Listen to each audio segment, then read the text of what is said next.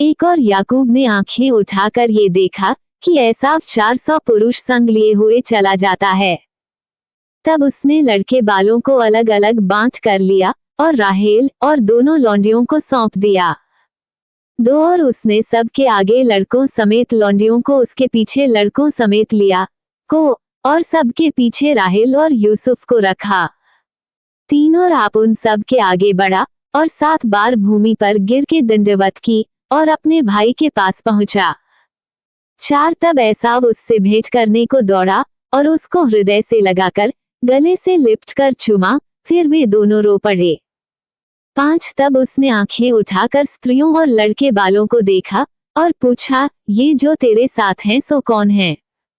उसने कहा, ये तेरे दास के लड़के हैं जिन्हें परमेश्वर ने अनुग्रह करके मुझको दिया है। 6 तब लड़कों समेत लौंडियों ने निकट आकर दंडवत की। 7 फिर लड़कों समेत लिया निकट आए और उन्होंने भी दंडवत की। पीछे यूसुफ और राहेल ने भी निकट आकर दंडवत की। 8 तब उसने पूछा, तेरा ये बड़ा दल जो मुझको मिला उसका क्या प्रयोजन है? उसने कहा, ये कि मेरे प्रभु की अनुग्रह की दृष्टि मुझ पर हो। 9 एसाव ने कहा, हे मेरे भाई, मेरे पास तो बहुत है, जो कुछ तेरा है सो तेरा ही रहे।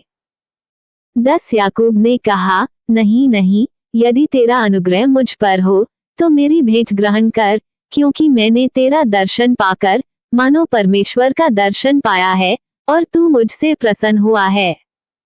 11 सो ये भेंट जो तुझे भेजी गई है ग्रहण कर, क्योंकि परमेश्वर ने मुझ पर अनुग्रह किया है और मेरे पास बहुत है। जब उसने उसको दबाया तब उसने भेंट को ग्रहण किया। 12 फिर एसाव ने कहा, आ हम बढ़ चलें और मैं तेरे आगे आगे चलूंगा। 13 याकूब ने कहा, हे मेरे प्रभु, तू जानता ही है कि मेरे साथ सुकुमार लड़के और दूध देनेहारी भेड़ बकरियां और गायें हैं। यदि ऐसे पशु एक दिन भी अधिक हाँके जाएं तो सब के सब मर जाएंगे। 14 सो मेरा प्रभु अपने दास के आगे बढ़ जाए और मैं इन पशुओं की गति के अनुसार जो मेरे आगे है और लड़के बालों की गति के अनुसार धीरे धीरे चलकर सेर में अपने प्रभु के पास पहुंचूंगा।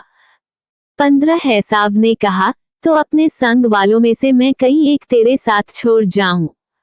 उसने कहा, ये क्यों? इतना ही बहुत है कि मेरे प्रभु की अनुग्रह की दृष्टि मुझ पर बनी रहे। 16 तब एसाव ने उसी दिन सेर जाने को अपना मार्ग लिया। 17 और याकूब वहां से कूच करके सुक्कोत को गया और वहां अपने लिए एक घर और पशुओं के लिए झोंपड़े बनाए, इसी कारण उस स्थान का नाम सुक्कोत पड़ा। 18 और याकूब जो पद्दनराम से आया था सो कनान देश के शकेम नगर के पास कुशल क्षेम से पहुंचकर नगर के सामने डेरे खड़े किए। 19 और भूमि के जिस खंड पर उसने अपना तंबू खड़ा किया उसको उसने शकेम के पिता हमोर के पुत्रों के हाथ से 100 कसीतों में मोल लिया। 20 और वहां उसने एक वेदी बनाकर उसका नाम एलिलोहे इस्राएल रखा।